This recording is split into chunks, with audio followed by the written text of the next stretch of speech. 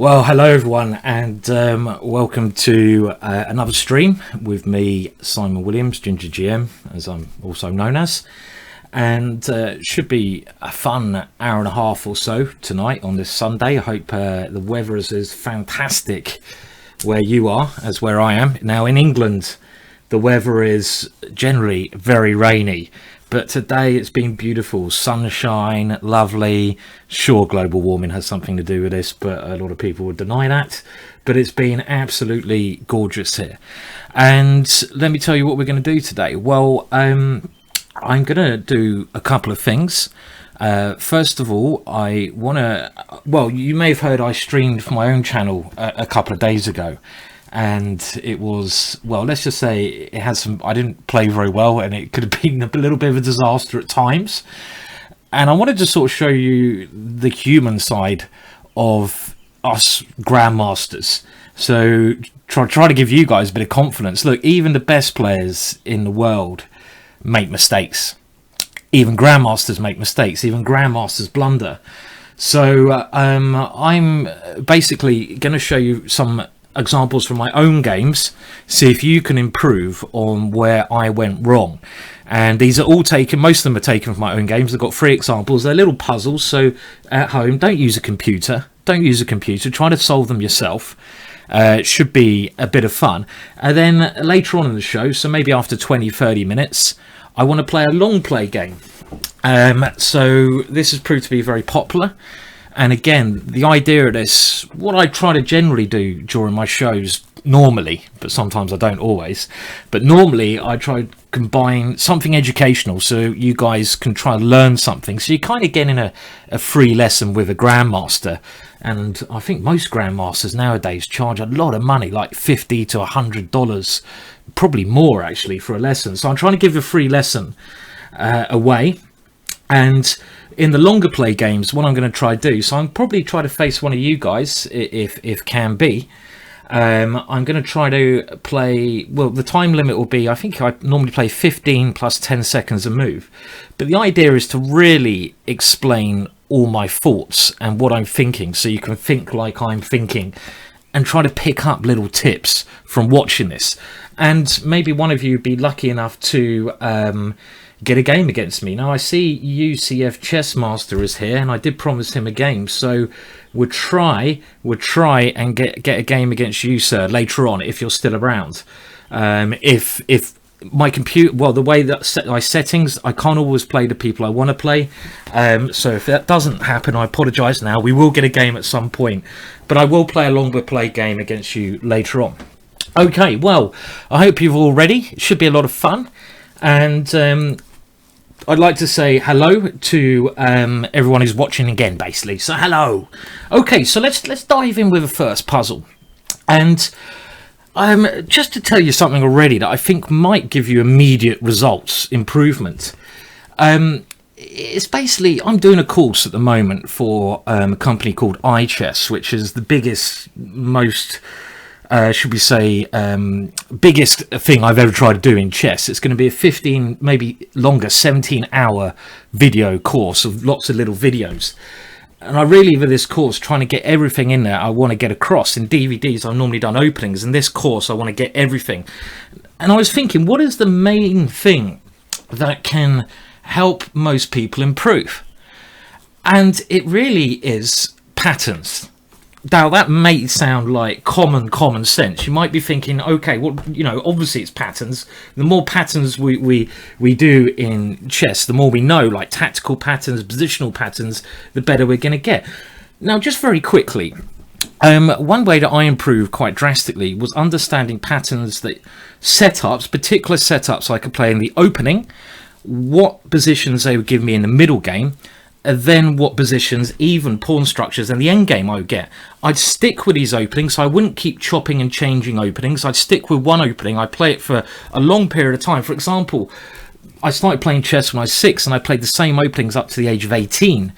And therefore, I really understood exactly what I should be doing in the middle game, exactly even what endings I'm going to get. And suddenly my results got a lot better. So I would say a logical way for you guys, if you're struggling, is just pick one opening with white, one opening against d4, and one opening against e4. Now, let me just very quickly demonstrate what I mean. Now, in this game, okay, my opponent was, you might know, she's a famous photographer of chess, Alina Lamy, and she's an IM, and she's about 2400 strength, lovely person. And I was white here. Now, I normally start with d4, but sometimes I play e4. And one thing I've recently tried to do is that against the Sicilian, and I would say the Sicilian is probably the second most common move you'll get when you play this, you know, when you play e4. The other one is e5. But against this, there are a number of ways you can set up. Now, it suddenly struck me only about 5 years ago, there's a setup here that I can play against pretty much everything black does here that's very easy to learn. So if you don't have a lot of time to improve your chess, perfect. That you can trick your opponents out with because they might not know it, also good. It has a strong foundation, can't be bad. And it's something you can even get as black. So, and what is the setup? Well, it's a setup where I generally try to go, well, at some point, f4. And I want to go f4, knight f3, bishop e2. This is my kind of one of my favourite setups. It's very, very rare. Now, I used to, and in this game was a case of this, go knight c3 first. And let me just show you how we get my setup. And this is what you guys should do. Now, one massive mistake that lower rated players play, improving players, is they follow the games of the top players. Like I mean, following the games is okay, but they try to follow the openings. So they look at a game of Magnus Carlsen, they look at an opening that Magnus plays, and they say, oh, Magnus is playing that, I should be playing that. Now, in my opinion, that's complete stupidity. Don't want to be rude, I'm just trying to help. Because we can't basically play like these top players. We should play like ourselves. We should have patterns we know, that we understand, keep them simple, that we should try and improve on. So, for example, my opponent here went d6, and now I get my f4 move in. And I'll show you the kind of thing I'm going for generally. Well, g6, a normal move, and I get my knight to f3. And here, well, I decided to give a check, but you can see my bishop comes back quite soon. The bishop check is just to really test what black's going to do, because if knight to c6, well, I might take that one and double my opponent's pawns. This is the Grand Prix attack, so if you want to learn a bit more about this, check out the Grand Prix. My opponent played bishop d7, and now my bishop just came back to c4. My figuring is that the bishop here is actually badly placed for my opponent. It blocks the queen in. One example of that is after knight c6, castle's kingside. And now if black plays knight to f6, imagine this bishop is back on its starting place. Well, then e5 would be a mistake. Why? Because this is a move I want to play to try to blast through to f7. But e5 is okay now. Let me just, because after takes, black has to move the knight here, and then I can get a big attack against this pawn. I don't know, maybe knight g4, maybe I can even go bishop takes f7 check. Typical attack, king takes, knight to g5 check. And then when the king moves, maybe something like knight f7 or even e6 here. Big attack. Now, these little subtleties are very important, because let's say I didn't play the check first. Let's say I went here first and we had the same thing. So knight here, castles, knight f6, and you might be thinking, surely this is better for white than the last line. Well, if I go e5 now, there's a tactical problem. Now, let's give you the first question. I want to keep this interactive so you guys get involved with the show as well. And I'm keeping an eye out on the chat on Twitch and on the chat on chess.com TV. So why is this move actually now an error? Why is it a blunder? It's actually a blunder. It's actually a blunder. Black here has a very good sequence that wins a pawn. And it's all because this bishop is here and not here. And I just want to show you the little subtleties that as you become better as a chess player, you will master, hopefully. So, okay, so here, what can black do to win a pawn? And let's just see if anyone gets this. I'll give you a little bit of time just to catch up here. And I just wanted to start by showing you how patterns link and little things that might help you coming. Harstar is maybe got a right idea. Yep, Harstar, I think you've got the right idea. UCF Chessmaster, I'm getting a bit worried about you now because it seems like you have found the right idea. Well done, UCF Chessmaster. Well, look, now the difference is black takes here, we take back. Looks like the same as before, does it not? But can you see the tactic yet, guys? Can you see it?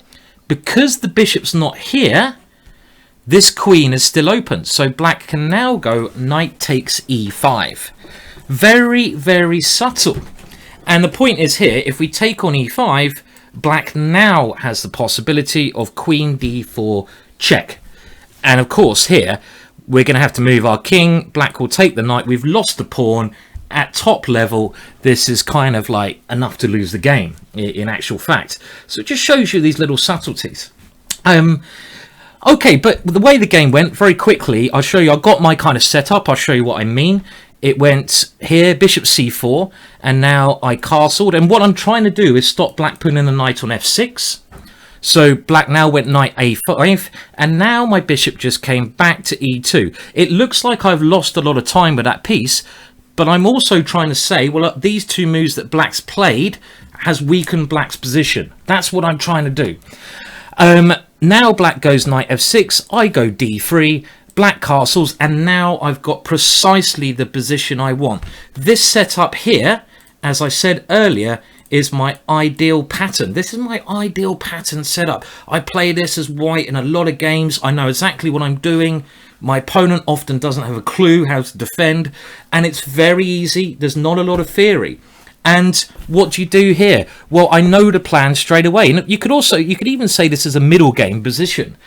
Now, first of all, I know that my queen comes over to h4 because then it helps my attack. So I go queen e1, and I'm going to put my queen to h4, go f5, bring my bishop to h6, and go knight g5. Now, that does sound quite in-depth and intense, but it's crazy how often this has worked against good players.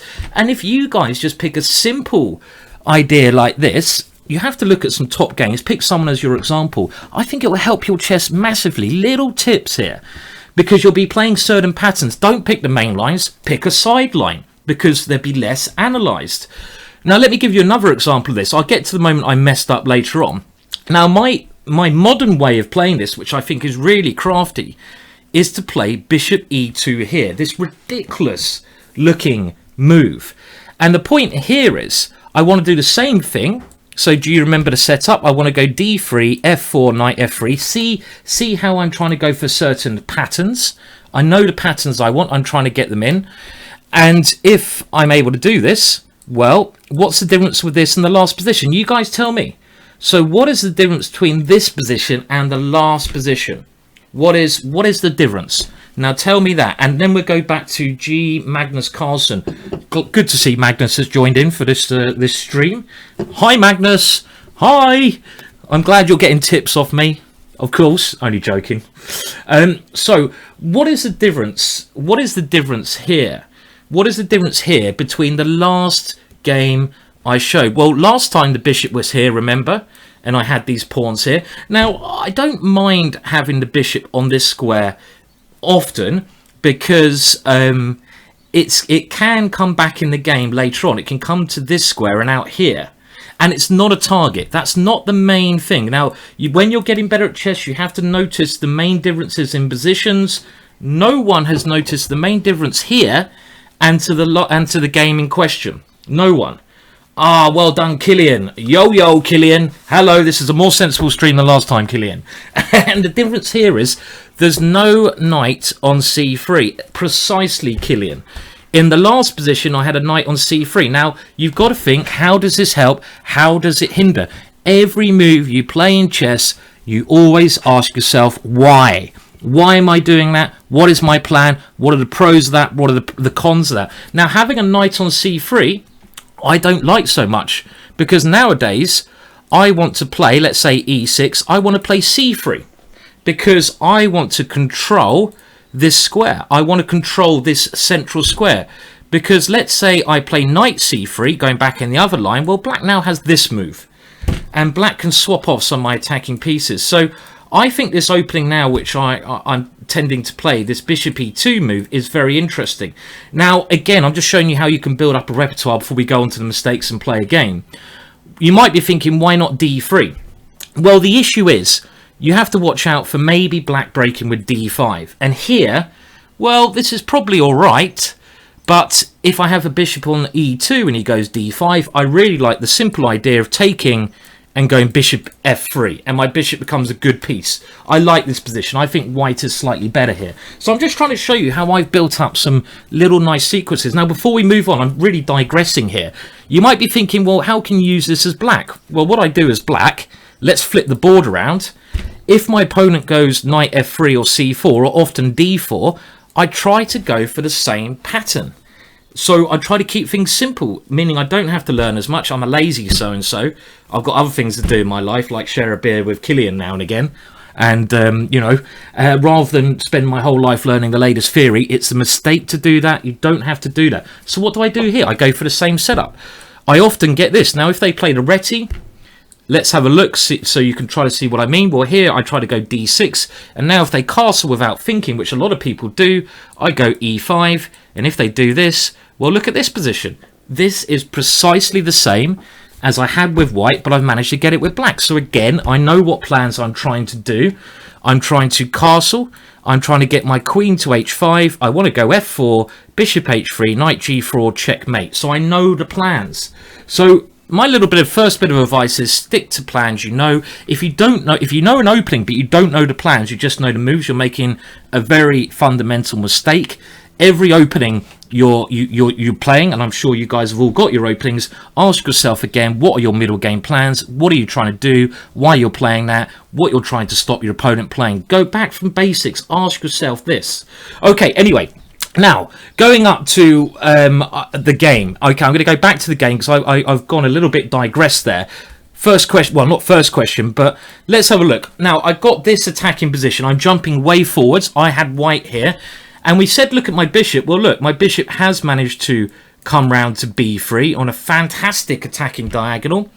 Remember I said about getting my queen out? Well, my queen has come out to a very aggressive square. And now my bishop has come into an aggressive square. My rook is on an open file. All my pieces are like, come on, get in there, son. Get in there. They want to rock and roll here.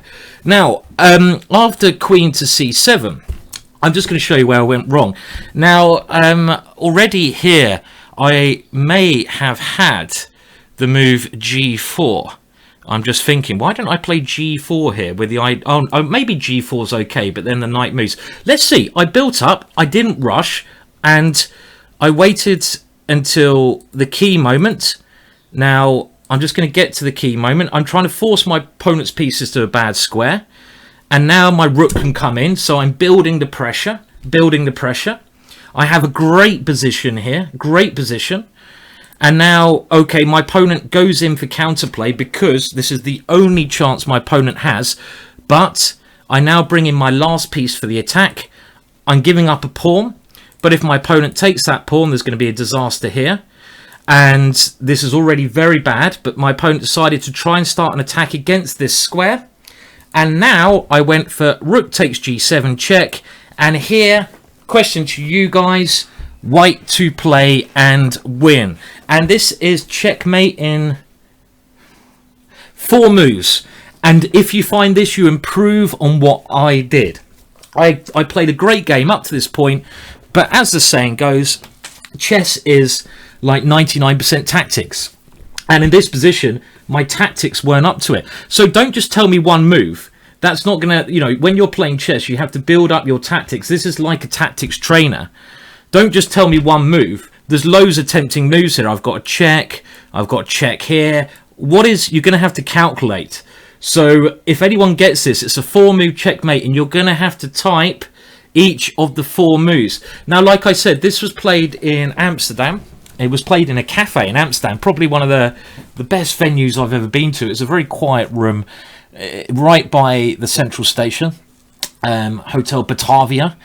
And it was a bit weird because you play the game of chess in this quiet room. And if you go to the toilet, you walk past the smoking area. And you can imagine what that smells like. Yeah, not your normal kind of smoke. And that was really weird.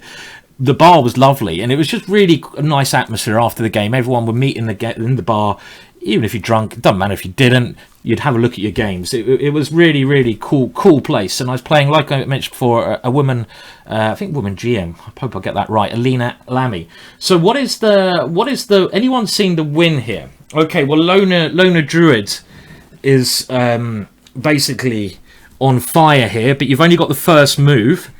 Now, the first move is, well, Lona Druid has got the first move, but no one's given me the checkmate in 4 moves. So I'm going to show you what I played first, because I only managed to draw this position. And this cost me about 500 euros in prize money, which is a bit frustrating. So I played here, knight to f5 check, thinking that this would break through to a winning position. My opponent, she took on f5, and now I went queen e7 check. And the idea of this one, guys, was to try to take on f5 with my bishop giving check. But after king to h8, queen f6 check, I still thought I was winning here. But let's have a look. King here. I couldn't find a win here. And I don't actually think there's a win in this position. It just shows you calculation is quite intense. I don't want to get into too much calculation, because this show I don't think is really aimed at really deep calculation. That's something you're better at learning on your own. I'll show you how the game finished. It finished queen takes f5 check, and now it went knight g6, queen f7 check, king h8, and I had nothing more than a draw here because there's no way through. I haven't calculated well. My calculation, my tactics let me down there. So again, you need to really look at your tactics. And it looks like Lona Druid. Hello, Lona Druid. Good. I'm glad to see you in the chat, and I know Lona Druid joined me and Fiona for commentary in Reykjavik. So thanks. Now, another thing you might want to do here is go queen e7 check. But the problem with this move is, after king to h8, you don't have a very good continuation, because, well, the rook defends any checks on the back rank. If you go queen f6 check, king h7, and we had the same problem we just had. I only think white's got a perpetual, because remember, black is threatening checkmate. And in these kind of positions, the pressure really mounts. I think I was a bit nervous here. It was the last round. The pressure is mounting, and it got to me, because when you are faced with checkmate, you haven't got time to mess about. You have to play with some urgency. So the beautiful first move here, and well done for Lona Druid, and to also 19Ken68, Pure Defiance, for getting this in the chat, and Stereoscope is it, and Chess Lover, hello guys as well, is to first play the amazing move bishop to f8 check. And this is a fantastic, the only way to win. Why does this win? Because the point is, when rook takes here, now it's different, because we now come in with our queen, and the whole point is the black king can only move to 1 square, king to h8, and here after king to h8, can you see the difference? The difference is we come in on the back rank. We come in, queen takes f8 check, and now it's checkmate there. So it's an amazing idea. I just I was a bit short of time, King of Endgame. Hello, King of Endgame. Glad you can join in. I was a bit short of time, but I think I thought I saw a win, but I just miscalculated. It was one of those things where I miscalculated. So I think I would have come second in this Grandmaster Norm tournament had I won, but instead I lost quite a lot of money from not winning. And the other let's just show the other line here. Well, if the king goes to h8 or h7, it's quite easy. We will play queen takes h6 checkmate. So you use the process of elimination. You eliminate all of black's possibilities. And if king takes f8, well, we now come in with the queen, and it should be easier to see that after king e8, we have queen f7 check and checkmate next move. So that was one of my embarrassing losses. Now, I think what we're going to do now, I'm going to show you one more embarrassing loss. It's amazing how quickly the time goes.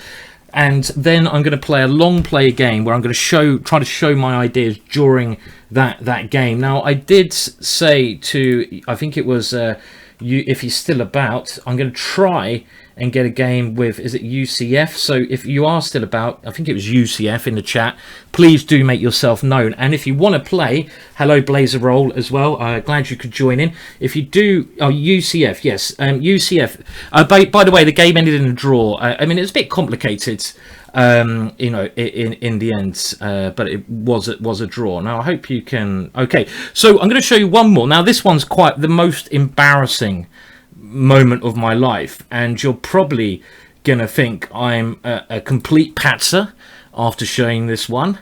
I thought I was a complete patzer. It was absolutely terrible, but there's some lessons to be learned. Okay, now, and this is the last one I'm going to show before we actually get onto a game. And right now, this was so embarrassing. I was playing, I was a grandmaster. I was leading the competition with 4 out of 4. It was a 9-round FIDE Open. First prize about £1,000.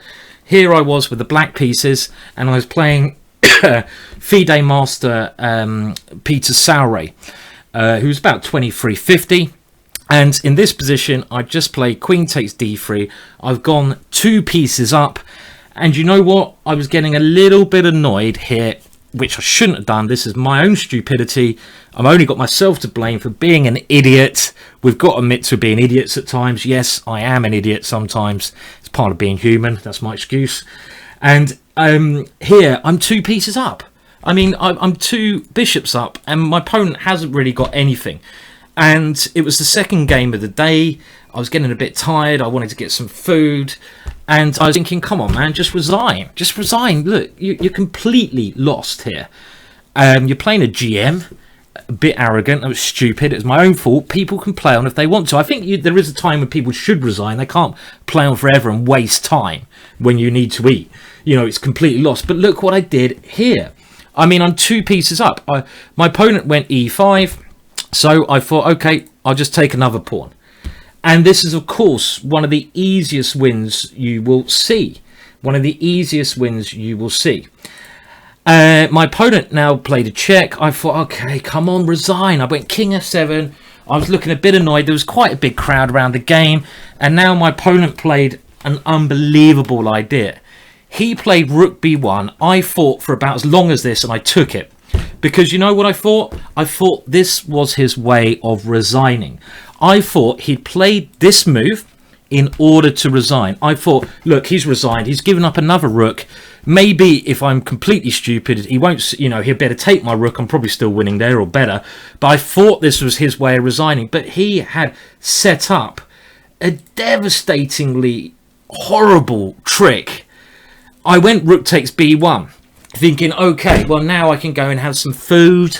You know, I can go and get my dinner. It's about 8 o'clock, maybe a little glass of wine, a bit of preparation, get ready for the next day, chill out a little bit. There was a big crowd around the board. I'd say about 20 people. I was looking very smug, you know, like this. I was like, yeah, come on, resign. I wasn't actually looking like that. That would be, you know, I'm not that bad. But then this was, I mean, yeah, I mean, I have to say, it's very, people with ginger hair can go very red when they're embarrassed. This was the most red I ever went in my life, like a tomato, And my opponent now, can you see it? What was his brilliant idea? Now, some of you have recommended Queen takes G7 check. No, that is wrong, because if you play that move, I take with the Queen, and you can move your G pawn. You can go G4. Of course, if I can't win this, I should give up chess and find another occupation. Well, I should do that really after this game anyway. But what did my opponent suddenly do? He suddenly played Queen to G6 check, and I went like this. I cried for a little bit. I went red. I sweated. I try to hide from the world. It's one of those moments you just want to fold and crumble into the crust of the world and remain there for at least a week. Oh my words, it was horrible. And this was in a proper tournament. It was embarrassing. And the point of this is, well, if I take the Queen, it's stalemate. What on earth is that? How does he pull this magic? He can't move his king, because anywhere he moves it's check. He can't move the pawn because it's pinned. So at this moment, it had dawned on me what had happened. So I thought, okay, well, I've got to play king to g8. Now, what did black play here, guys? What's the best move for for white here? Excuse me. What is the white? Shame on me. I know. Shame on me. Shame on me. I'm sharing my worst ever moment with you guys. I'm sharing why I'm such a patzer sometimes. Okay, I mean, this was a one-off. It happens to us all, but there are some lessons to be learned after this. Now, well, what happens here? Well, let's get it right. You remember, white has to go for stalemate. I mean, if white takes the rook, I'm going to win this one. I'm 2 pieces up. I'm going to win very easily. He has to go for stalemate. Now, if he goes queen to h7 check, maybe now I can run away. Maybe my king can try to run over here. This is not so clear. So the best move is, and look at this, it's quite a beautiful thing. Queen F. It wasn't beautiful at the time. I mean, oh my words, the amount of people, you know, it's very funny in chess. I don't know if you guys have played many tournaments, but what I found, you know, being a grandmaster, you may doubt that after this game, but being a grandmaster, what I've actually found is that as soon, if I'm losing, if grandmaster's losing or drawing or messing up a position against a lower rated player, they can smell the blood. It's like a pack of wolves, you know. There's a GM who's just messed up. They call all their friends. They're like, they point and, oh, look at him. Oh, look at this. He's not a GM. He's so weak. And I just looked up from my hand, and there was just this big crowd. And I was red. I just wanted to get out of there. And again, the point is here, if I take on f7, it's stalemate. Yeah, it's stalemate. So I tried king h7, queen g6, and now I went king h8. So what did white do here? What did white do here? And after the next move, I obviously shook my opponent's hand, signed the score sheet, and I ran out the room. And I think rather than having one glass of wine, I had a couple after this one. And what is the move here to get stalemate? Very funny. Well, no, it wasn't funny. Queen h7 check. Unbelievable. And of course now my king can't run away anymore, and here I have to go king takes h7, and well, after king takes h7 it is stalemate, and my opponent has got a draw. Now that was my most embarrassing moment ever, so I've shared that with you now. Well, maybe not as embarrassing as the stream the other night, but you know, hey ho, it was up there. It was pretty near that embarrassment. So what can you learn from that? Only calm down, and so many people this, only relax in chess when you have shaken your opponent's hand and the game is over. Even if you've got a better position, you're winning, do not relax. That's when you should concentrate more, because your opponent will be trying any dirty trick, kicking you under the table, moving pieces when you're not looking, probably not, when he's got a chance. So do not fall for any of these tricks. You know, you've got to stay awake, only relax. So many people relax when they've got a better position. Nope. You have to, chess is an intense game. You have to keep up with, you know, the moments until the end.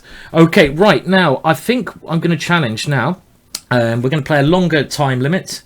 And after that game, my opponent should be filled with a lot of confidence. Now, I'm hoping this will work. I'm going to challenge UCF Chessmaster, because I promised UCF Chessmaster a match last week or some time ago.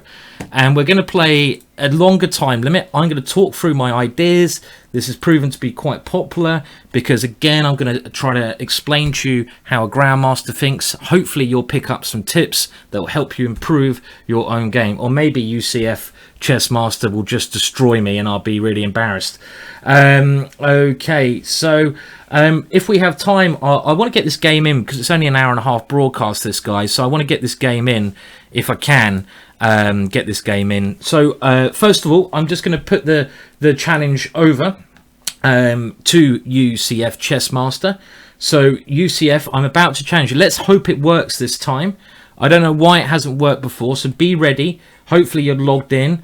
I'm just going to prove that I am challenging, just so people, you know, don't doubt this for whatever reason. I don't know why you would doubt this, but okay. So I'm going to challenge, and let's hopefully see if we can get a game there. And okay, are we there? Why didn't that work at all? Okay, I'm going to try again. So let's try again.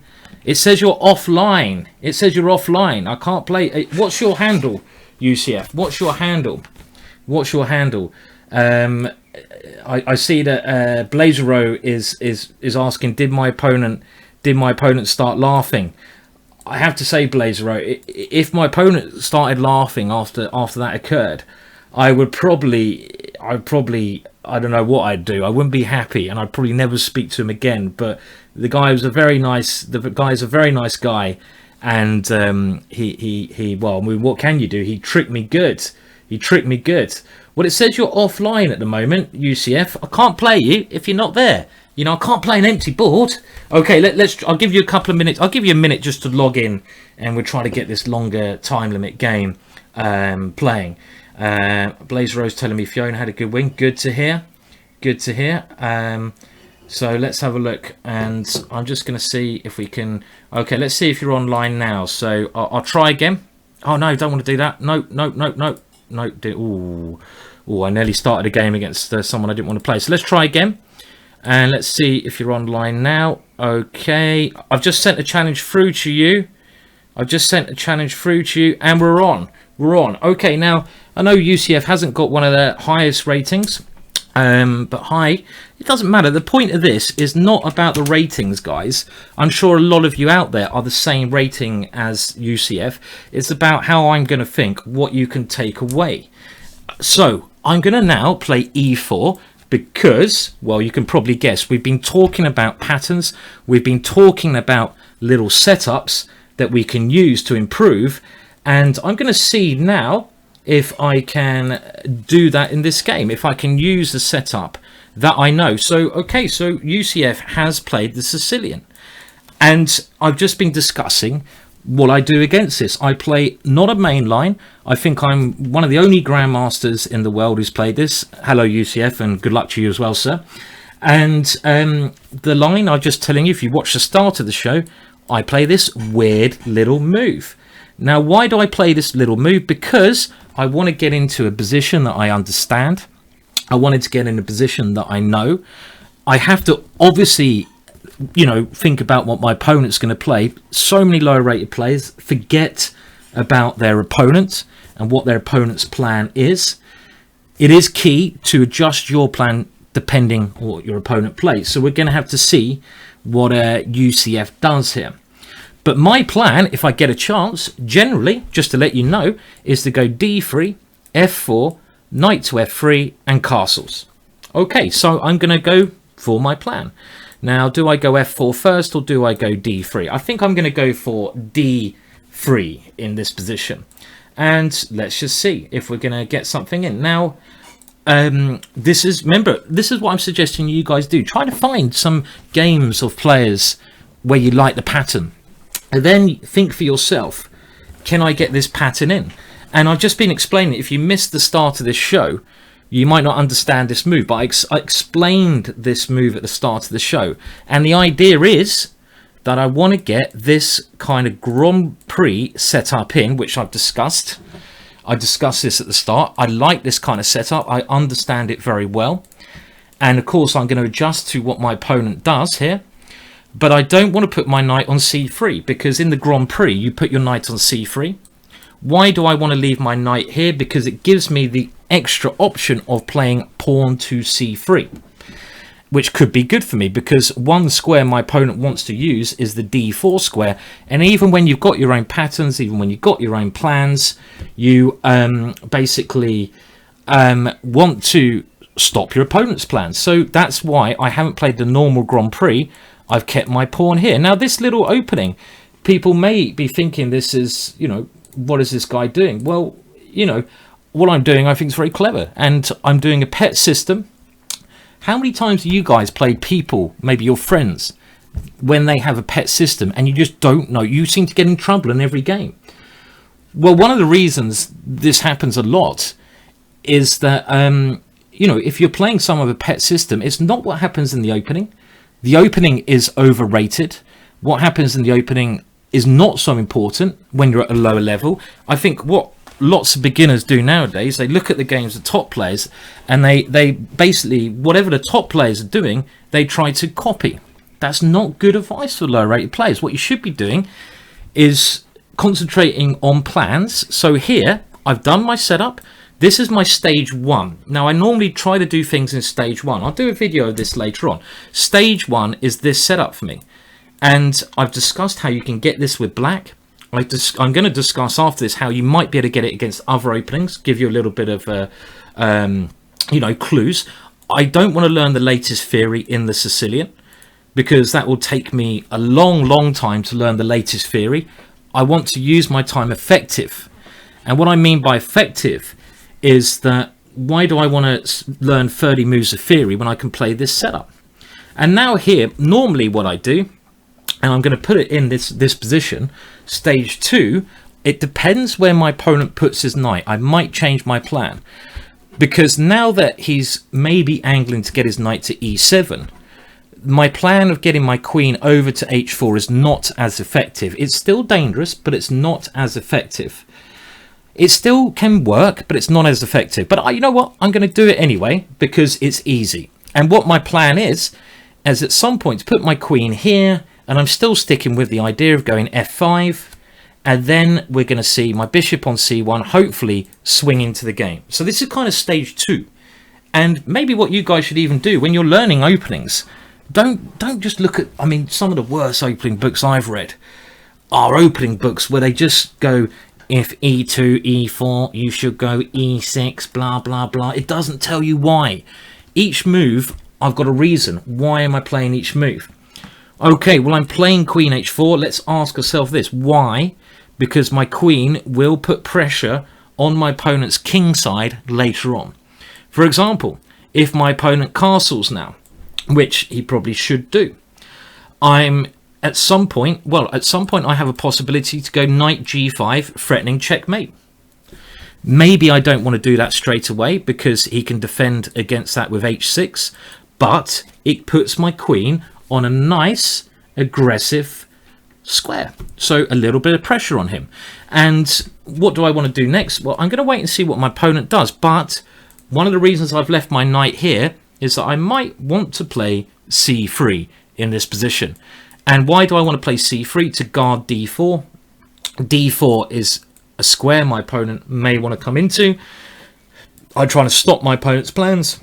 Also, when I play c3, this bishop here has opportunities to come out on this diagonal. So I'm just thinking, again, these are middle game plans, even late middle game plans. I'm keeping things flexible. I know what plans I should be doing later on. And my opponent, no offense to him, he probably hasn't seen this opening though. So he's probably not aware of what plans he should be playing and what plans he should be watching out for. And this is key to winning games. Okay, so my opponent hasn't castled yet. Fair enough. Now, a couple of ideas here. I could go c3, of course. I could try to get my knight in the game. This is quite natural. And another way to play this is just to go king h1 because I'm a little bit weak on these squares here. So which one am I going to play and why? Now, I don't think bishop d7 necessarily helps my opponent's position that much. Now, I'm going to play king h1 because I'm keeping things flexible. I want to wait until he commits himself and then I'm going to decide what I do. And this is a very useful square for the king because later on, from experience in the middle game, I know that it's very likely that this diagonal here will become open, and it's very likely that my king will be subjected to some check if I leave it on g1. So I'm just moving my king out the way, I'm keeping it flexible, and I'm going to wait and see what my opponent does here, because sometimes your plan has to adjust depending on what your opponent does, and that is, well, I would say a case in this position here. Now, the time limit playing, it is longer time limit, guys, so it might not be to everyone's taste, but it is a longer time limit. And the time limit we're playing is 15 minutes plus 10 seconds move, because at some points we need to spend a lot of time. Now, just looking at some suggestions, Magnus Carlsen is suggesting queen b6. I don't think that helps Magnus, because if you go queen b6, I will just play c3. And I don't think your queen is very good on that square. Okay, so my opponent has now played f5, a good move, because he is trying to maybe stop me from playing f5 myself. Now what I'm going to do against this, I'm going to play c3. This is one of the reasons I left my knight on b1. And the other thing I'm already thinking is, what was good about f5 from black's point of view? Well, it's good for him to stop me going f5. But what is bad about this suggestion from black's point of view? Well, it has weakened the light squares, especially this one here. So now if I do go for my maneuver of putting my bishop here, my bishop will become a lot stronger. So my opponent may well castle queenside here. So this is why I haven't committed to anything straight away. And what I'm going to do here is play a4. Now the reason I've done this, I'm trying to control every area of the board, have some play in every area. Now if my opponent does castle queenside, I'm going to have, this might help me in the attack, it's a bit nearer. And also I wanted to try to stop him going b5. I didn't want to mention that move until I'd stopped it, just in case my opponent's listening. Okay, so now he's committed his king this side. So my queen, maybe not best placed, but his king is going to be a little bit weak here. And I'm going to now concentrate on that area of the board. Now, really, before you can go and start a crazy attack against your opponent, you need to get all your pieces in the game. And my knight and bishop are not great. And I know now that moving the knight here was another idea of putting my pawn on a4.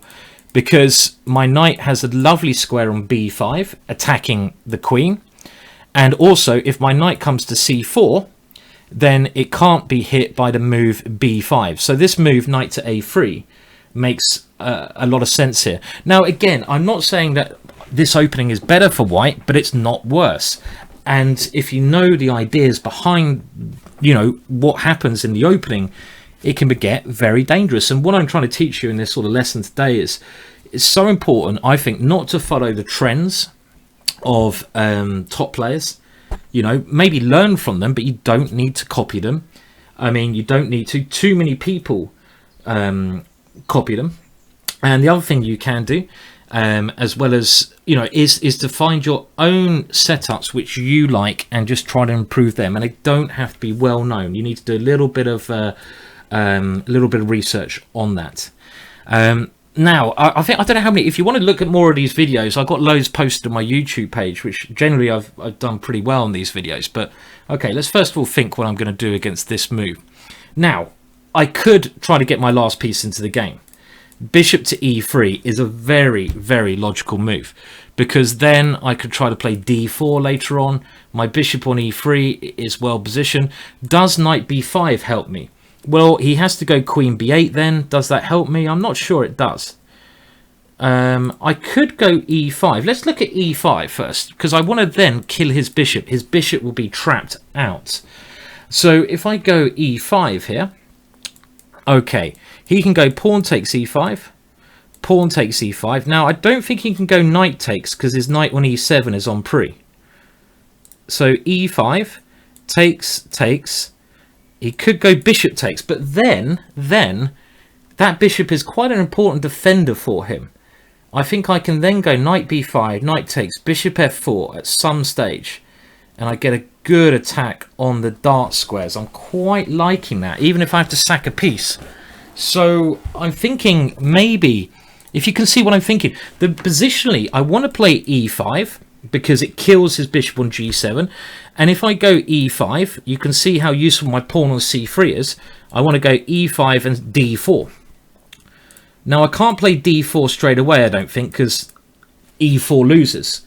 So I'm thinking e5. Now I'm gonna double check this, just if you can see, try to think what I'm thinking here. Now I noticed this might work because my queen is attacking his knight.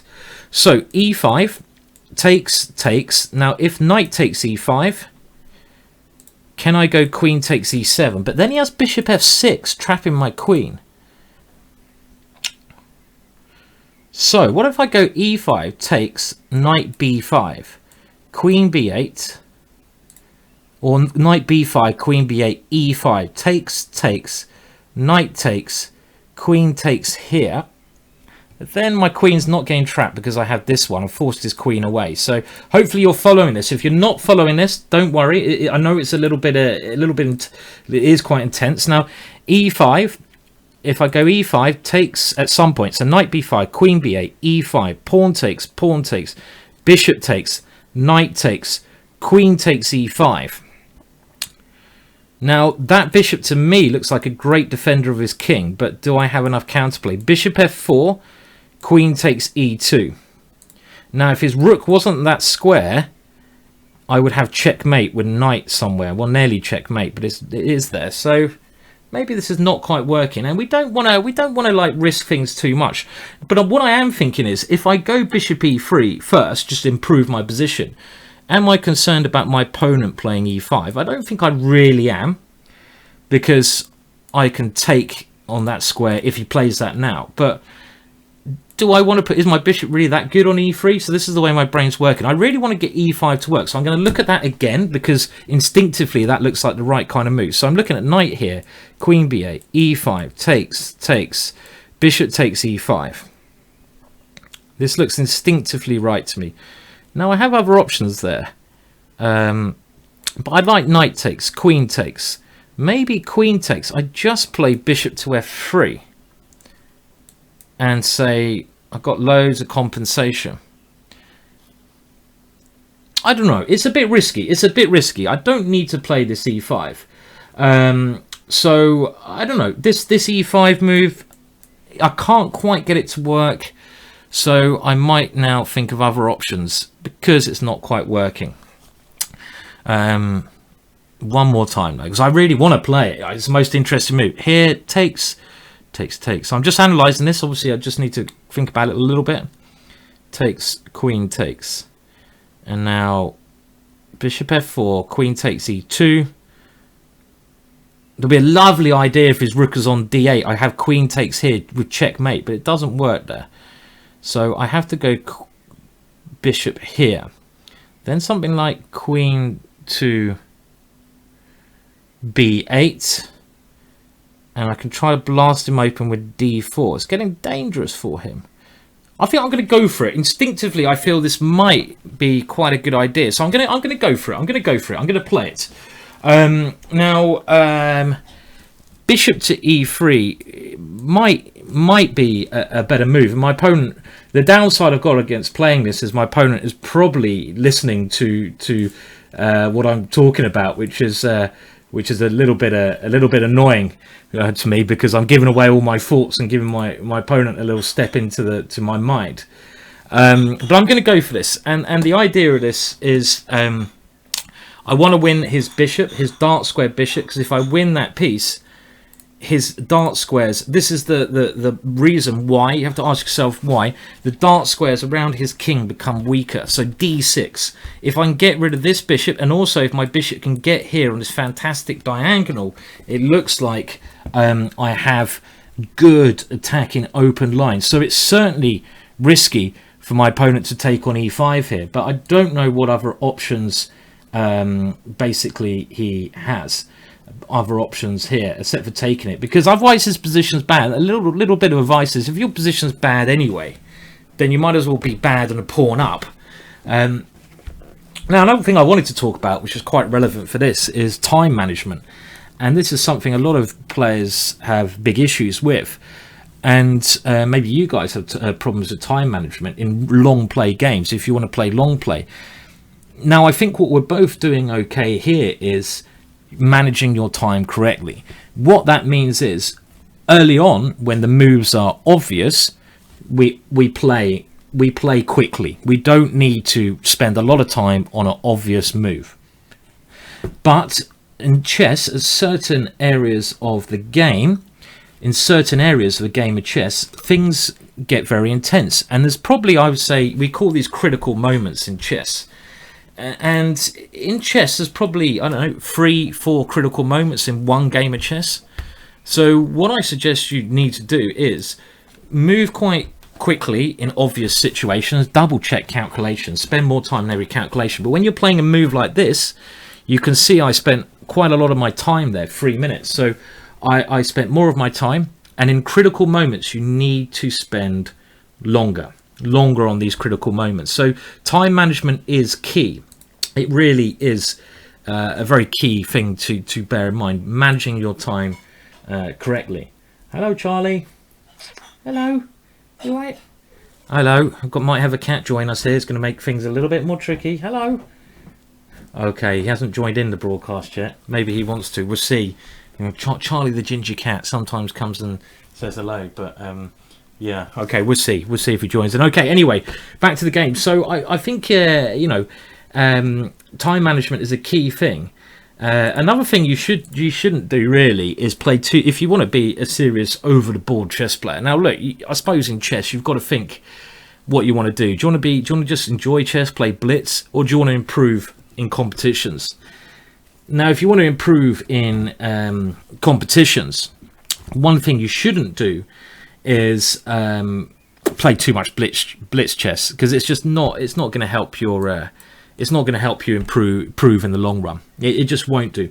You need to limit your blitz chess to a certain time. So because you know, it's good for testing ideas, but this time limit's a lot better to really give yourself opportunity to think in certain moments, and this might help your time management. But you certainly shouldn't be playing any game of chess and finishing the game with more than half your time left. You know, especially if you're drawing or losing. That's bad time management. And you shouldn't be making mistakes because you get shorter time. You need to work out where you're going wrong if these things are happening. In blitz chess, of course, you're going to get shorter time, but I mean in longer time limits, in competitions. Okay, anyway, let's go back to the position here and have a think. So my opponent has done the only option. I think this is the only option, because otherwise my knight was going to come into d6 and I'd have a dominating position. Now, my opponent probably has to go bishop takes e5, because if he goes knight takes e5, I'm going to go queen takes e7. So this is what I was looking at. If he goes bishop takes e5, what am I going to play? I mean, I kind of went for... Sometimes in chess, another little tip is if you can't calculate everything, then you have to go with your instinct sometimes. You have to calculate as much as you can, and if you think it's okay, dive in and take a risk. You know, the best way to improve in chess is to take some risks. Okay, so if bishop takes e5, I was originally thinking knight takes e5, queen takes e5. And then I wanted to play bishop to f4, queen takes here, and find some way to attack there, but I don't know if there is a way. There might be a way. I can probably get a draw, but I don't want to draw, obviously, by going check and check. That's quite interesting. Let's calculate that. Check here. Well, just it's nice to have a draw in hand, but I don't want to draw. So if bishop takes, knight takes, queen takes, my back outline is bishop f3, threatening this bishop here. What I'm hoping my bishops are going to be very good compensation. The other option I have after bishop takes e5. Hello, Charlie. How are you doing? You coming in to watch some chess today, are you? Bit hot outside for you. Everyone, you must say hello to Charlie the cat, who is probably going to make it very difficult to play this game now, because he might get a little bit angry, but he wants to join in. He wants to give some tips. This wouldn't happen. This wouldn't happen in a normal competition, would it? No, it wouldn't. But okay, well, my opponent hasn't gone for that. He got a little bit scared, and he's gone for knight to d5. And Charlie, you've got to let me see the board, guy, and otherwise it's not going to go well. Okay, so now, well, that move looks incredibly risky from my opponent. I think he had to take the pawn, and we'll analyse this afterwards. Oh, Charlie's actually sat down. Good boy. Okay, and I'm sorry that Charlie did flash you his bottom there. He did a bit of streaking there, so I do apologise for seeing a little bit too much of... yeah, ginger overload, I think, is an appropriate thing by Smugs, as said. Okay, right, so what am I thinking now? Well, if I go check here, he has to go king c7. But it was Nimzovich who said the threat is stronger than the execution. And I don't need to come in with the check. Now, the major issue I had is this pawn, so I'm not even going to do anything to flash here.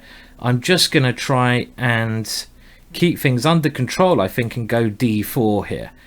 I mean, I could c4, I don't like, it gives away the square. I mean, I could try queen to c4, bring my queen there, but I don't see anything wrong with taking the center. I'm just going to take the center of the board, so that's what I'm going to do.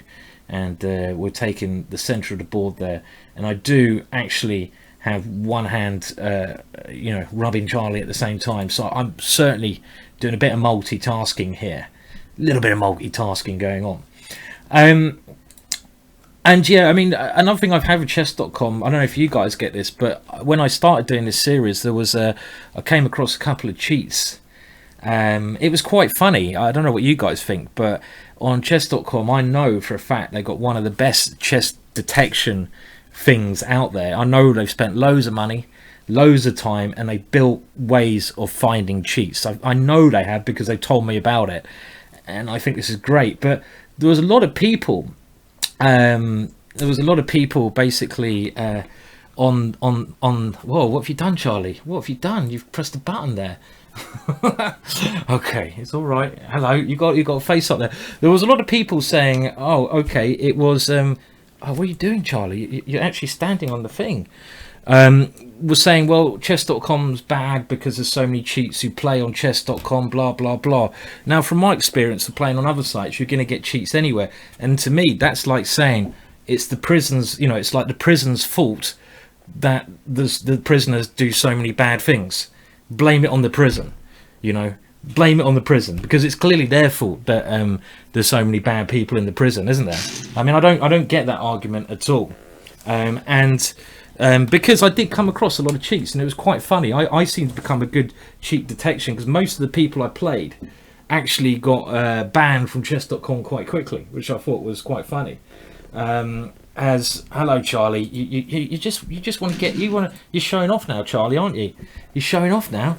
He's literally, he wants to be a superstar. Charlie, you want to be a superstar, don't you, Charlie? Yes, you do. I know you do. You're going to have to just chill out a little bit, Charlie.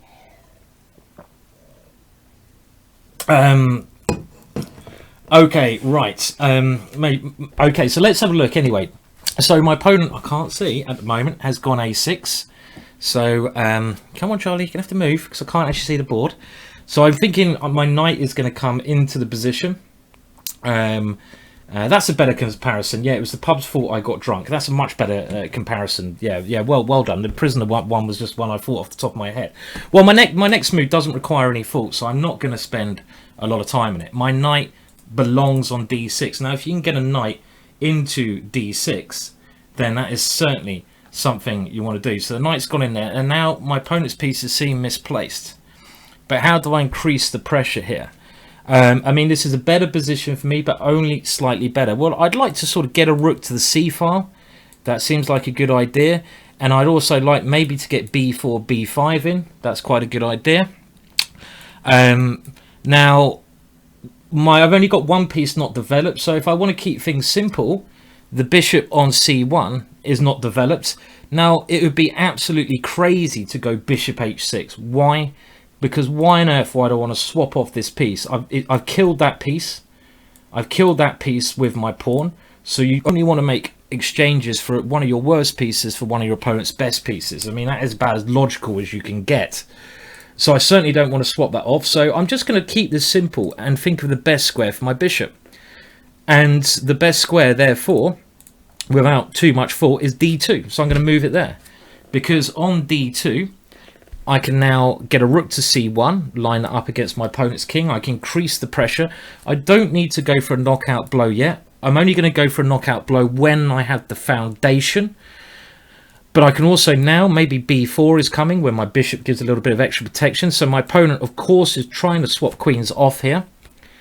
Now, if I want to here, I could go bishop g5, when he'll probably have to waste a bit of time moving his queen. But my queen has done its job, I feel, on that area of the board. Why is my queen over there now? I don't know. Because when you're trying to attack, you want to look where your opponent's king is. My opponent's king is on the queen side. Where should my queen be?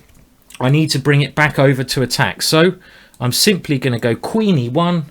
And this helps me with ideas of bishop a5 check and also b4, b5. My queen is coming to the action. It's coming into the action zone. So that's exactly what I'm trying to do here. Just bring my queen around to where it's going to be most effective. And these plans are now starting to look very dangerous for my opponent. And I think this is this seems to be basically a good position. So my opponent's trying to defend now. And I can already now go bishop takes a6. It's the first move I see, and win a pawn. Must be a good move because then I have the b5 square for my knight. So that's a very tempting move. I can also try b4, b5. That's also very tempting. But again, a little bit of advice is, I mean, I'm known as a tactical crazy player. But a little bit of advice that I stick to is, if you have a simple solution, I'm trying to show exactly how I'd play in a proper game here. If you have a simple solution, why complicate? Because if you complicate, you're risking more.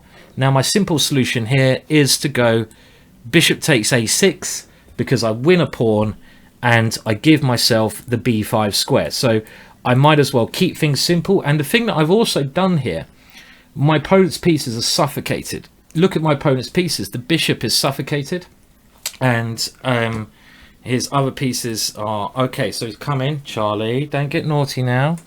Okay, might need some help with Charlie because now I can't get to. Come on, don't get. Come on, you can't sit on the mouse, can you? Have I got enough time for Charlie to sit on the mouse? Oh, barely. Oh, not a cat bum in my face. That's not going to help. Okay, so anyway, let's just continue with the game. So my opponent is trying to force my queen away. So Charlie's had enough of my talking here. Good, say goodbye to Charlie. He's again trying to become famous. So, okay, let's keep it simple. My bishop is here. Do I try to go a little bit in there? Bishop to b7. I'm sure you can get banned from these things on Twitch for having a naked bum on screen. So please don't report me to Twitch. I did have a naked bum on stream. So don't report me. But it was a naked cat bum, so I think it's okay. Well, look, I'm actually... Now I'm going to get my attack going because I built up foundation. I'm thinking now, well, I don't want to just lose a piece. If I move this piece backwards, I lose a tempo. I'm going in. Because if he goes queen a7, I have knight b5 check, winning his queen. And all I want to do is take away the protection of his king. His king, what is his king protected by? His king is protected by the pawn and the knight. So if I can aim to get rid of the pawn and the knight, and I'm going to do that by going a5 or b4, b5, his king is going to be completely naked. Now Rogoff is saying, why not bishop b5? Because it loses the tempo. Bishop here doesn't lose the tempo because I create a threat. And if I can create a threat every move, I'm going to create a threat, because creating a threat means you put your opponent on defensive. Simple. Okay, so what do I have here? Well, my position's already looking pretty awesome. Now, a5 looks like the move to play, because if I go a5, I can try to get my bishop over here. Now, again, very simple. There's other good moves here as well, but I'm liking a5. I don't need to think about that too much. a5, because I want to get rid of the protection. You know, a bit like Charlie's bottom. I want to remove those clothes from around it. That sounds really wrong. I want to get a naked bottom in front of me on the chessboard. No, I don't actually. I want to get a naked king. I want to get a naked king. This king here needs to take its clothes off. And certainly be careful where you say that. If you said that to Prince Charles, you might well get arrested in England.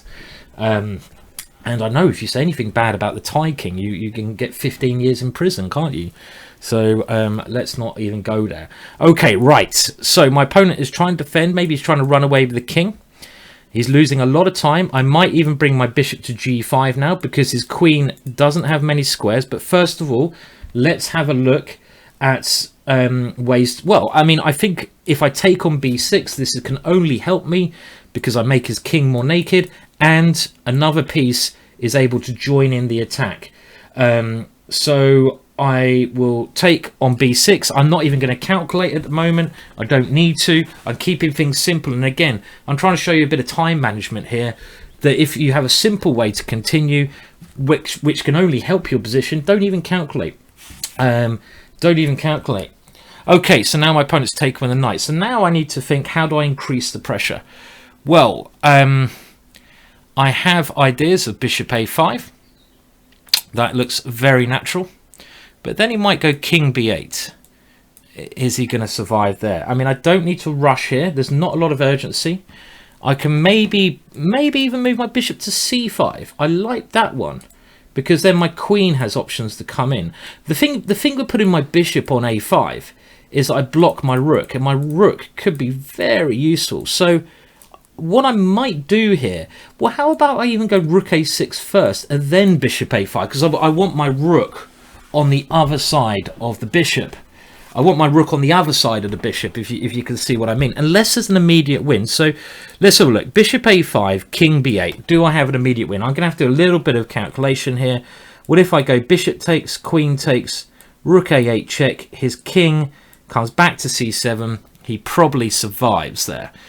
I think I'm going to... He has... Again, I don't need to rush, because let's look at my opponent's plans. There's another thing you should do constantly.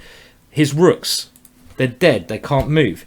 His bishop's useless. His queen is useless. His knights are not very good. So he's suffocated. So I'm going to move my rook here with the idea of putting my bishop on a5, but keeping my rook in a more active square. So I'm just improving the pressure. I'm increasing the pressure without doing anything exceptional. I'm building up little by little.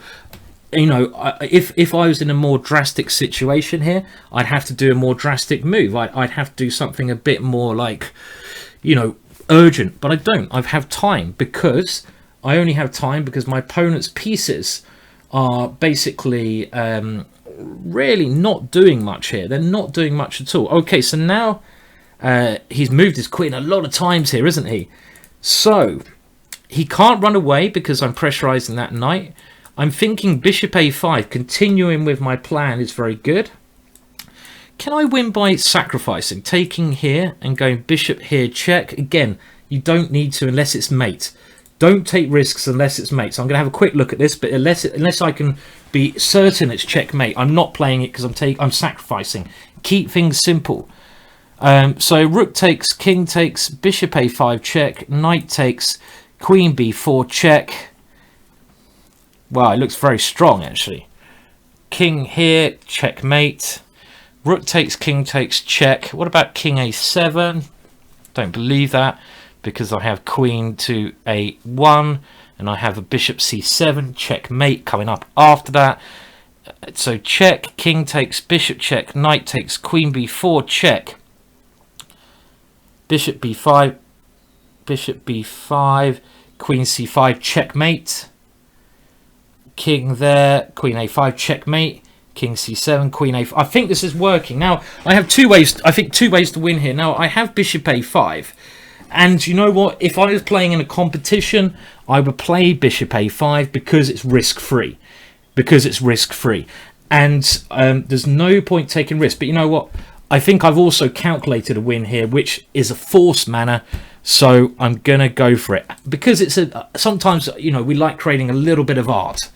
And I'm going to try to create a little bit of art here. I'm going to try to draw this king out. And now I'm going to go check.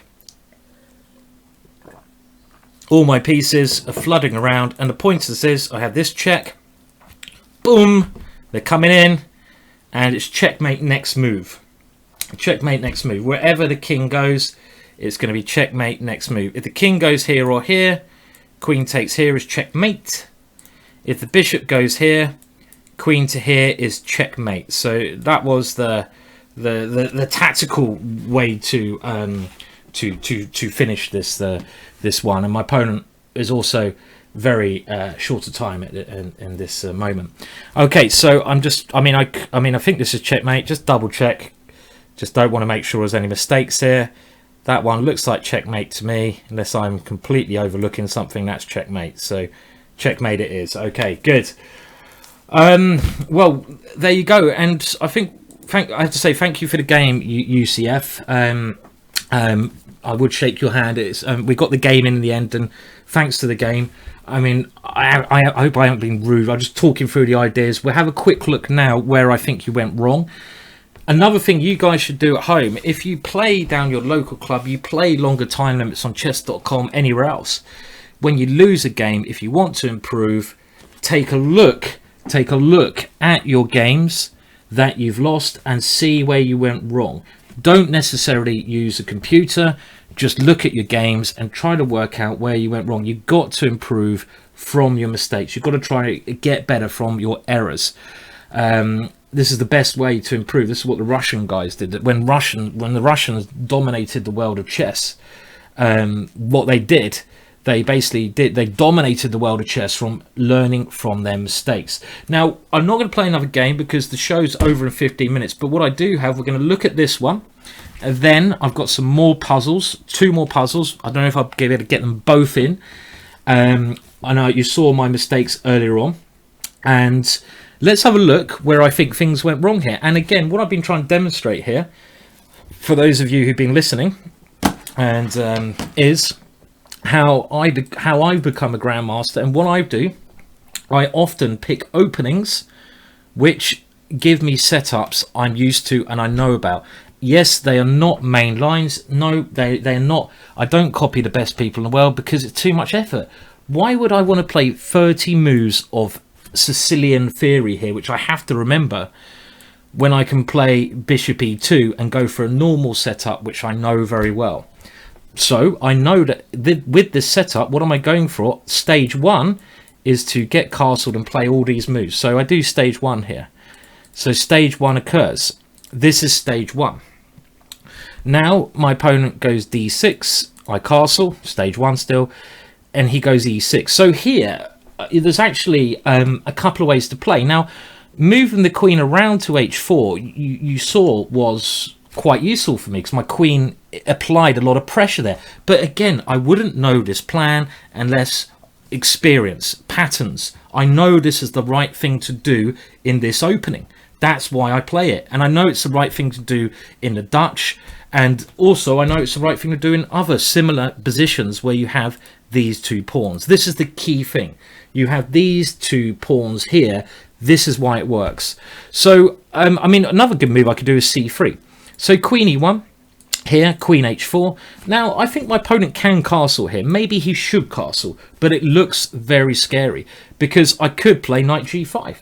Threatening checkmate, not there. Threatening queen h7 checkmate. My opponent would have to play h6, it's the only move. And now I basically here would have to come back. I mean, this might be okay for me because next move, remember one of the ideas, I was telling you why. One of the main ideas is to play f5, and here I can go bishop takes h6. So this is still possible. But I think my opponent played okay, but he made a couple of mistakes, and basically bishop d7 is okay. I would be a bit more worried. I think what you need to do in these positions is look on the area of the board you're strongest and play on that area of the board. That is a key bit of advice. Now, my opponent is strongest on the queen side because he has a pawn on c5. He has more space there. So always look on the area of the board you're strongest, especially when the position is what I call closed. So there's not much going on here at the moment. There's a lot of things bubbling, but nothing immediate. So if he's going to play on that area, I think he should play something like b5. Boom. This is the way Bobby Fischer used to play this position as black. Bobby Fischer would always play b5, something along this line. Start some counterplay, don't be afraid. But the key tactical point later on, we're running out of time, so we get there, was, well, it was very interesting, and my opponent decided to castle queenside, which is okay. He went queenside, and after castling queenside, well, I set it up so I'd have, you know, some attacking chances here already. He went for it. I think castling kingside was better there, UCF. I think that was a better way to go. Put your king on the king side. I think safer. That's the right way to go. But the thing that I think you had to play was after this one, your position became, I don't mean this in a bad way, but it came very bad, and you didn't have anything to show for it. After takes here, you went knight d5, and now I have everything. As soon as my knight comes into d6, I would say this is a winning position for me, because this knight is like a spider, and it creates that spider's web. It controls everything, and my pieces are very good here, and black can't get any play. I think I'm winning here at high level. So I believe that what you should have done, for better or worse, is you had to take the gamble here, and you had to try going bishop takes e5. Now, this might still be very good for me, but if you're going to have a bad position anyway, have a bad position with an extra pawn, because at least that way, if I don't checkmate you, you'll probably win the ending. I mean, here, I kind of think I have a couple of good moves. I was thinking either d4 or knight takes e5. These were the two good moves, I think, because I want to open up lines towards the king. Now, d4 may be very strong. I was thinking of this drawing my opponent's time, and this is another good thing. If you get short of time, you should be thinking drawing your opponent's time. And this looks quite strong, because I'm going to open up lots of lines to my opponent's king, and look how secure my king is here. It's only one pawn, so this probably is good. The other move I originally calculated was knight takes e5. Now remember, he can never take with a knight, because I go queen takes e7. He has to take with a queen. Now I wanted to play bishop f4 here and sacrifice a piece and a pawn. Now if he had a rook on d8, just imagine this, because the way my brain works, I was imagining that if my opponent had not gone rook to f8 before, because if he hadn't have played rook to f8, I'd had an amazing move here. Queen takes e7. Ooh, and the point is, this is if the rook's on d8. He goes knight takes here, and I go knight takes a7, checkmate. But of course it doesn't work here, because his rook is on f8, and he can go king to this square. But I was thinking about this position here, but it's not clear. I mean, I can go, if I go knight to a7 and then I go queen takes here. I don't believe this is strong enough. I think he should be able to defend here. It's very risky. It's very risky. Maybe this is okay. Maybe. Cat hair everywhere now. But I don't believe it. It's not forced. I'm taking a lot of risk. I could lose. And the other thing, I thought I had a draw here, maybe, by going knight to d6 check. I thought, well, I had a draw, because if he moves his king to one of these two squares, he steps into my bishop. Maybe this is not even a draw. Maybe he's winning. Because if I go knight check here, for example, he goes e5. Maybe he's winning here. So this didn't really seem to work. So I think what my main idea was, this was all a bit, look, again, I'm taking massive risks here. And if I couldn't see, if all the lines look okay for my opponent, why am I taking such risks? You only take major risks in chess when you really understand what you're doing. It's like in life. A lot of people take risks in life, of course. But generally, they, like a stuntman, it looks like they're taking ginormous risks, and they are. But they're taking these calculated risks because they have worked out and they understand what the responses of these risks are going to be. And that's what I try to do. I try to create chaos often, but I understand what's going on. So I think what I would have done here, I would have just gone bishop to f3 here, and simply try to keep all these threats alive. Bishop f4, d4, and I have my knight coming in here. I still have a big attack, and this looks, it's only one pawn I've invested here, so it looks like good compensation, but I think my opponent had to go for that in the game. But I think the main reason I got the good position there is, again, I understood the patterns in the opening and from the middle game better than my opponent, who probably is not used to this opening. So but I must thank him for playing the game, and also for playing the Sicilian, because it fits into what we were looking at the start of the show. Well, there's only 7 minutes left now of the show. I'm only doing a 1.5 hour stream today for chess.com. My next stream, I should know this. Let me just have a little look so I can tell you about what I'm next doing a stream. And I actually have a diary here, which I very rarely open. Don't even know what month it is. Here we go. And my next stream is on Tuesday, I believe. So in 2 days' time, it'll be put up on, I believe, chess.com, but I'll probably be streaming to my own channel on that day, on the Tuesday. So do please come back the same time as this stream on Tuesday, 2 days' time. I'm trying to stream a little bit more. We're trying to make that one similar to this. This one seems to have worked all right. If you like this one, maybe you guys, again, I'm going to try to play some of you guys who are loyal followers of the shows, play you in a long play game and explain it afterwards. Okay, but before we finish, there's 5 minutes left. Let me set up one more puzzle, and then I will say goodnight to you guys on this lovely Sunday evening. So let me just set up a puzzle. I haven't gone away, I'm just setting up a puzzle, but I don't want to show you the puzzle yet, so bear with me for a minute.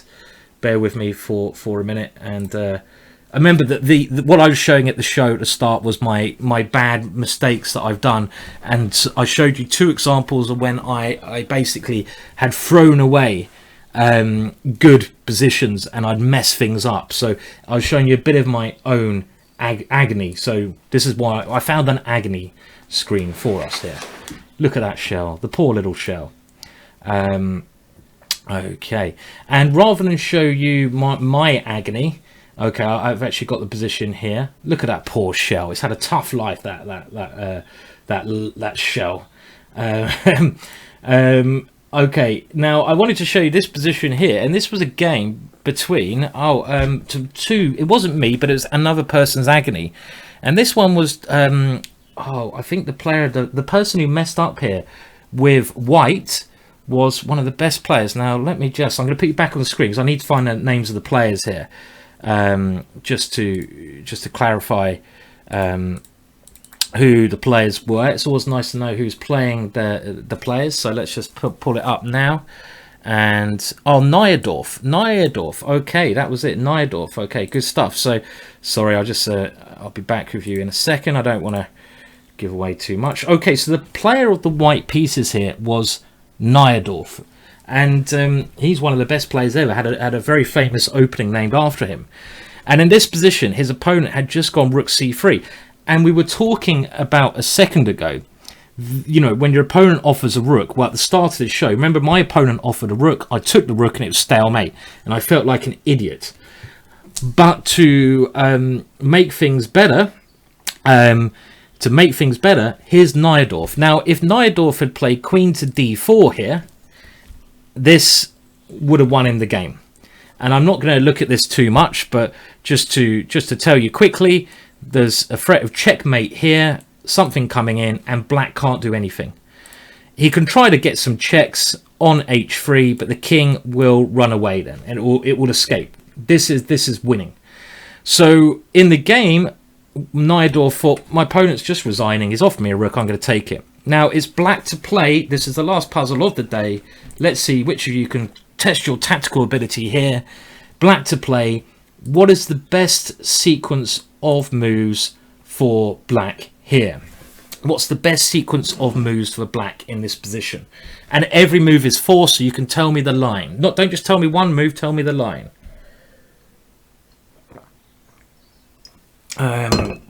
Okay, now I'd also like to say, just while you guys work this out, the last puzzle, I'd like to say thank you for everyone who has joined in and watched the stream. Thank you so much, and that is on the chat on chess.com and in Twitch. Thanks guys, thanks for joining in. And remember, 2 days is the next stream, but thank you very much. Bit more sensible than my last stream. I'm not going to go into my last stream. I think I did an 8 hour, maybe more, 9 hour stream last time, and it was a little bit crazy.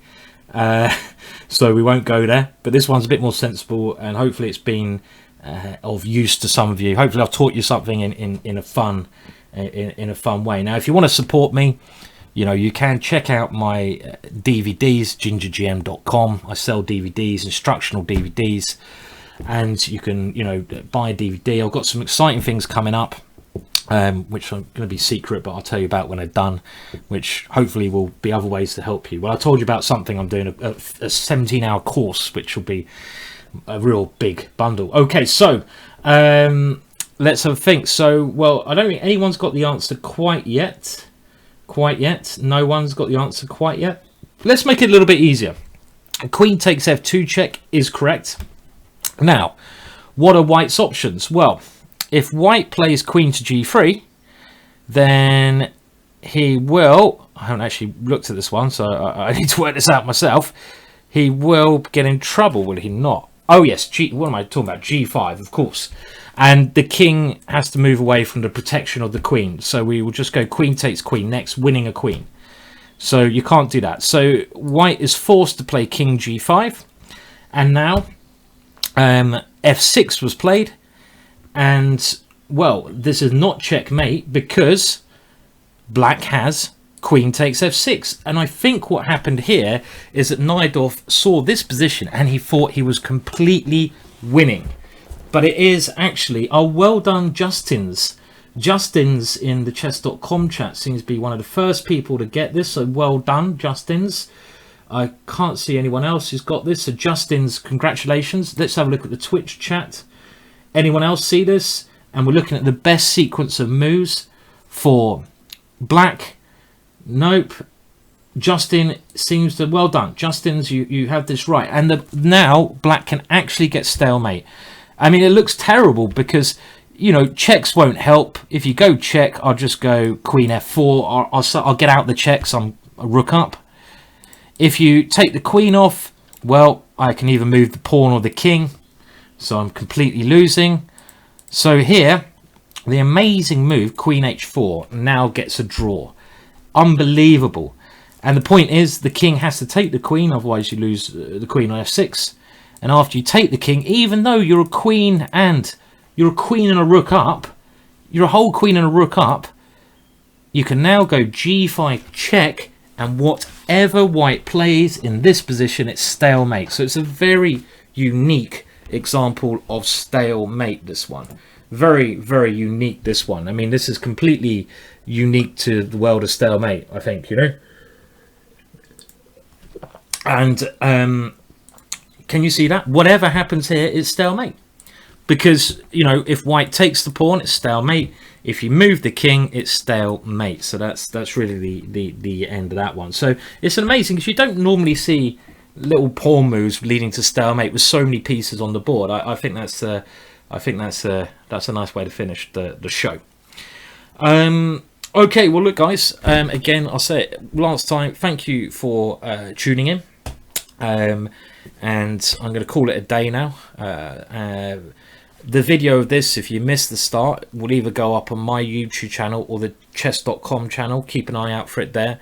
If you like this show, go and check out my YouTube channel. There's lots of stuff, different stuff there. There's fun stuff, there's crazy stuff, there's educational stuff. And if you want to learn some openings, go and check out my opening DVDs, GingerGM.com. And I'll keep trying to make some stuff. I've got to do that to pay the bills as well, you know. But mainly, I love doing the free stuff. It's enjoyable because all you guys, 99.9% of you out there are lovely, and it's great to see some of the same names time and time again. For example, Aim A Smooth. Hello there. I can see you in the chat. You know, Chess Lover. You know, and loads of names. Too many names. Peter, Jax, Peter, there's too many names to say thank you to for watching. But and in the other chat again, thank you people like Tom